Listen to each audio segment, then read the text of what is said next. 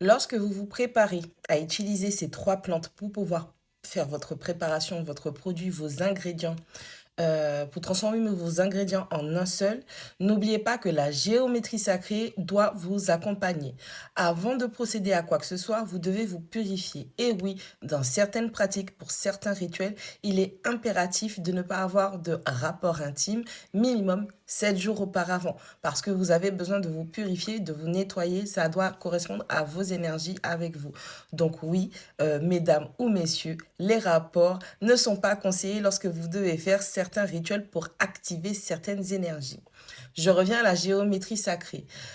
Toutes les géométries sacrées ne chargent pas. Il y en a simplement qui vont charger qui ont déjà certaines habilités, certaines intentions. Ou il y en a qui n'ont, pas qui n'en ont pas, mais ça ne va pas réagir de la même manière. Par exemple, on sort du contexte.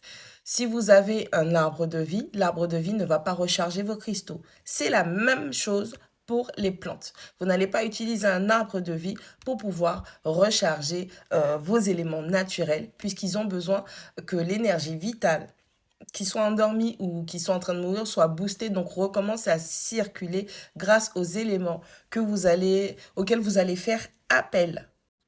On va parler d'un pot de protection pour votre habitat ou mettre un scellé, une barrière devant votre maison. Vous allez donc utiliser le fenouil, des graines de fenouil, des graines, d'accord? Des graines de fenouil. Vous allez utiliser de la cannelle et vous allez utiliser le sel, d'accord? Première étape, vous allez commencer à mélanger tous vos ingrédients. Une fois que vous aurez mélangé tous vos ingrédients, vous allez prendre un pot en verre, un récipient en verre qui pourra se fermer hermétiquement, que rien d'autre ne pourra rentrer à l'intérieur. Vous allez prendre ce pot, vous allez le laver, vous allez le purifier. Par exemple, vous pouvez utiliser un bâton d'encens de sang de dragon ou vous pouvez directement utiliser de l'encens en grains, le myrrhe, d'accord, l'oliban, vous avez le lauban aussi et j'utilise la poudre directement, les grains de sang de dragon.